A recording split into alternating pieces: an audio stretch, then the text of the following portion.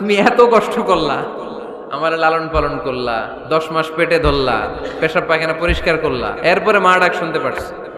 আর আরেক বাড়ির মেয়ে জানা নাই চিনা নাই এসেই তোমার ডাকা শুরু করছে মা।